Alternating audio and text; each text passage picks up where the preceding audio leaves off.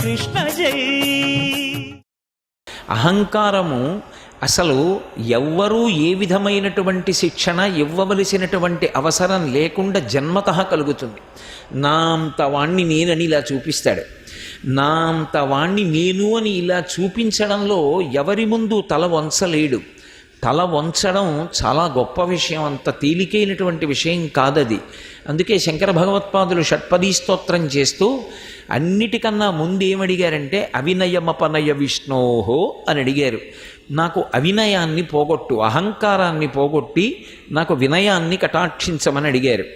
సత్పురుషులతోడి సంగము దేనికి కారణమవుతుంది అంటే అహంకార పరిత్యాగమునకు కారణమవుతుంది. ఎందుకని? వారు ఎప్పుడూ రెండు ప్రశ్నలు వేసుకుంటూ ఉంటారు. నాకే పాటి తెలుసు, నాకన్నీ తెలుసు అని విద్వాంసుడైన వాడు, పండితుడైన వాడు అనడు.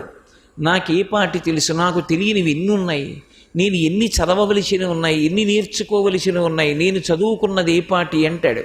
అందుకే వినయంతో ఉంటాడు.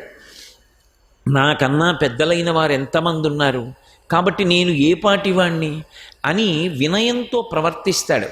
ఆ వినయంతో కూడి ఉండేటటువంటి సత్పురుష సహవాసము చేత అహంకార పరిత్యాగము జరుగుతుంది. అహంకారము నశిస్తే రజోగుణ తమోగుణములు అడుగంటిపోతాయి. దాని చేత సత్వగుణము ఉద్భుతమవుతుంది. సత్వగుణము శుద్ధ సత్వములోకి తీసుకుని వెడుతుంది. శుద్ధ సత్వములోకి ప్రవేశించినటువంటి కారణం చేత భక్తితో ఏ విధమైనటువంటి ప్రతిఫలాన్ని ఆశించకుండా భగవంతుని యొక్క సేవ చెయ్యగలిగినటువంటి అదృష్టము పడుతుంది. దానికి ఏమీ ప్రతిఫలం ఉండదు. ఎందుకు పాట పాడతావు? పాడకుండా ఉండలేక. ఎందుకు ప్రవచనం చేస్తావు? చెయ్యకుండా ఉండలేక. ఎందుకు భాగవతం చదువుతావు? చదవకుండా ఉండలేక. ఎందుకు ఈశ్వరుడంతా అంత మురిసిపోతావు? ఏమో తెలియదు, ఆయన పేరు చెప్తే ఒళ్ళు తెలియదు, ఆనందం కలుగుతుంది. ఇది ఆ స్థితి కలగాలి అంటే ఏ విధమైనటువంటి ప్రతిఫలాన్ని అపేక్షించకుండా మనస్సు భగవంతుడి పేరు చెప్పేటప్పటికి సంతోషపడిపోయి భగవత్ స్వరూపంగా సమాజాన్ని చూసి సేవ చేసి దాని చేత ఆనందమునందు గ్రుంకులిడగలిగినటువంటి స్థితికి ఎదిగితే దాని చేత చిత్తశుద్ధి ఏర్పడుతుంది. ఆ చిత్తశుద్ధి జ్ఞానమును పొందడానికి పాత్రతని కల్పిస్తుంది. ఆ పాత్రత ఒకనాడు ఈశ్వరుని యొక్క నిర్హేతుక కృపాకటాక్ష వీక్షణముల చేత జ్ఞాన సంప్రాప్తికి కారణమవుతుంది. ఆ జ్ఞానము సమస్తమైనటువంటి గత జన్మలలోని సంచిత కర్మ రాశి దగ్ధమవడానికి హేతు అవుతుంది. కర్మలన్నీ దగ్ధమైపోయిన కారణం చేత అనుభవించడానికి పాపపుణ్యాలు లేవు కనుక వేరొక జన్మ తీసుకోవలసినటువంటి అవసరం లేని పునరావృత్తి రహిత శాశ్వత శివ సాయుధ్య స్థితిని పొందడానికి కారణమవుతుంది.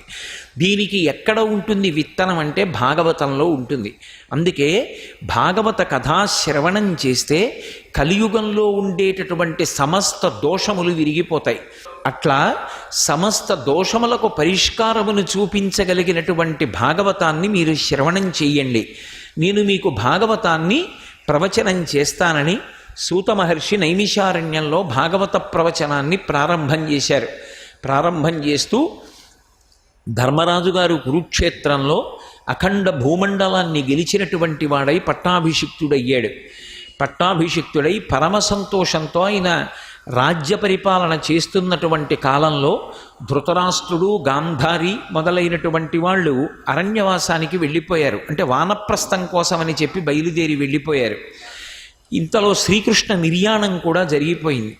ఎందుచేత అంటే భాగవతం ప్రథమ స్కంధం శ్రీకృష్ణ నిర్యాణం గురించి మాట్లాడుతుంది.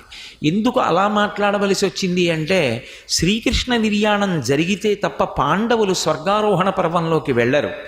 వాళ్ళు కూడా శరీరములు విడిచిపెట్టేస్తే తప్ప ఉత్తరాధికారి అయినటువంటి పరీక్షిత్తుకి పట్టాభిషేకం జరగదు.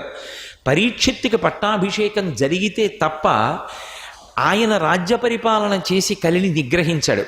కలిని నిగ్రహించి వేటకు వెళ్ళి శమీక మహర్షి పట్ల ధూర్తతనంతో ప్రవర్తిస్తే తప్ప శాపవాక్కు అన్వయము కాదు.